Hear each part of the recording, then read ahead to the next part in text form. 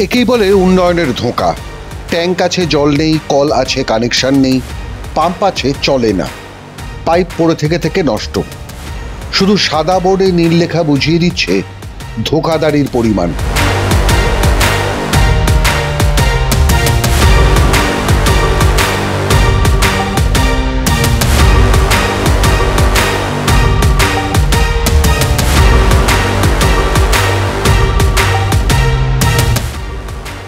বছর দুয়েক আগে ঢাকঢোল পিটিয়ে, নারকোল ফাটিয়ে, ক্যামেরার সাংবাদিক ডেকে ধুমধাম করে উদ্বোধন হয়েছিল সরকারি জল প্রকল্পের। জল জীবন মিশনের জোন 1 ও জোন 2 মিলিয়ে মোট খরচের পরিমাণ প্রায় 6.25 কোটি টাকা। মঞ্চের নেতারা আশ্বাস দিয়েছিলেন মাস 6 মধ্যে ঘরে ঘরে স্বচ্ছ পানীয় জল পৌঁছে যাবে। তারপর একটা নয়, দুটো বছর ঘুরে গেছে। আজও শামসেরগঞ্জের জয়কৃষ্ণপুরের সাধারণ মানুষ এক ফোঁটা পানীয় জলটুকু পর্যন্ত পান না।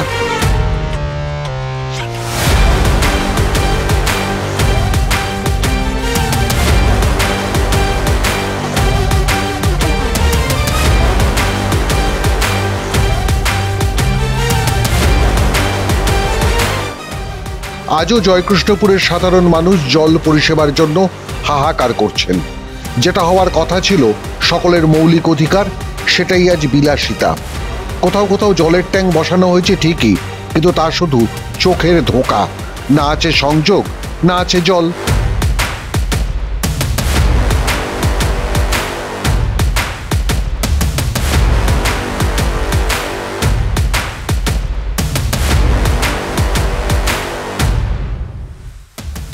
কাজ শেষ হয়ে গেছে বহু আগেই। ট্যাঙ্কের নিচে জমেছে কচুরিপানা, পাইপগুলো দীর্ঘদিন পড়ে আছে ধুলো কাদায়।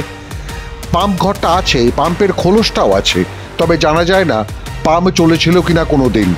আর মানুষ শীত গ্রীষ্ম বর্ষা পায়ে হেঁটে দূরের কুয়ো কিংবা পুকুর থেকে নিয়ে আসতে হয় জল, খাবার জল। 50 বছরের আগের ছবিটি যেন ফিরে এসেছে শামসেরগঞ্জের জয়কৃষ্ণপুরে।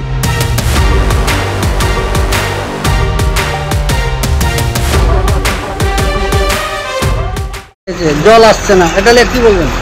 বারবার তো বলেছি, একবার ঠিক করে ওদেরকে জানানো হয়েছিল? হ্যাঁ হয়েছে। কতদিন ধরে খারাপ হয়েছে?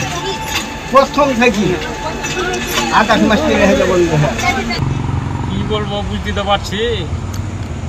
এখন তো সব যাদের ইচ্ছা আছে আমলে পঞ্চায়েত বা যে সরকার আছে ওদেরই এগুলা চক্রান্তের দুর্নীতি এরকম হয়েছে যে মানুষের অসুবিধা এত হয়েছে যে জল পাচ্ছে না। যেমন আমাদের এই গ্রামের এগুলো কি করে না। জল জীবন মিশনের কাজ হয়ে যাওয়ার পরও জল না পাওয়াটা প্রথম সমস্যা হলে দ্বিতীয় সংকট হলো জল কেন নেই তা নিয়ে প্রশ্ন তুললেই জুটছে হুমকি আর ধমক। আমাদের এগুলো মোটামুটি লাগে 1.5-2 বছর ধরে করতে যায় বলছে, এগুলো তো কোনো অ্যালাউ নেই। কি চাইছেন এখন?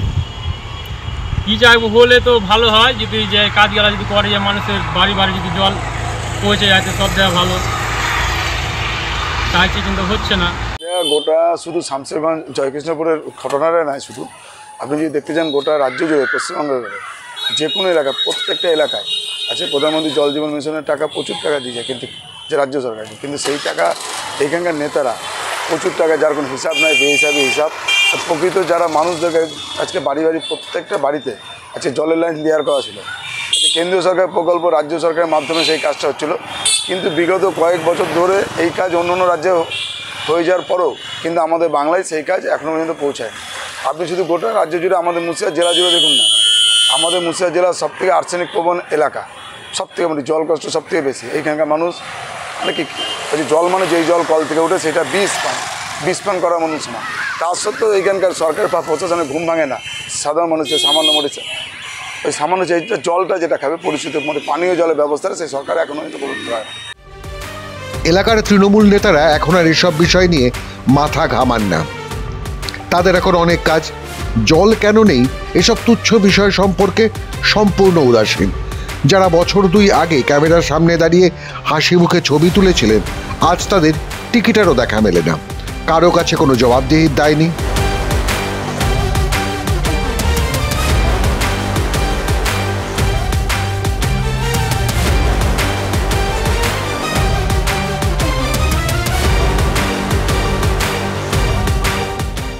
অথচ জোন 1 এবং 2 মিলে মোট 6,18,29,642 টাকার প্রকল্প, অর্থাৎ প্রায় 6.25 কোটি টাকার সরকারি অর্থ খরচ হয়েছে। ফাইল ক্লিয়ার হয়েছে, নেতাদের নাম উঠেছে খবরের কাগজে, কারো কারো ব্যাংক ব্যালেন্সও ভরেছে। শুধু মাথার ওপরে জলের ট্যাঙ্কটা আর ভরছে না। ঠিকাদার তার পেমেন্ট পেয়ে গেছেন, কিন্তু কল দিয়ে এক ফোঁটাও জল আসছে না। ঘরে ঘরে বিশুদ্ধ পানীয় জল পৌঁছানো তো দূরের কথা, আসলে সবটাই তৃণমূল কংগ্রেসের উন্নয়নের ধোঁকা। মাধ্যম ব্যুরো রিপোর্ট।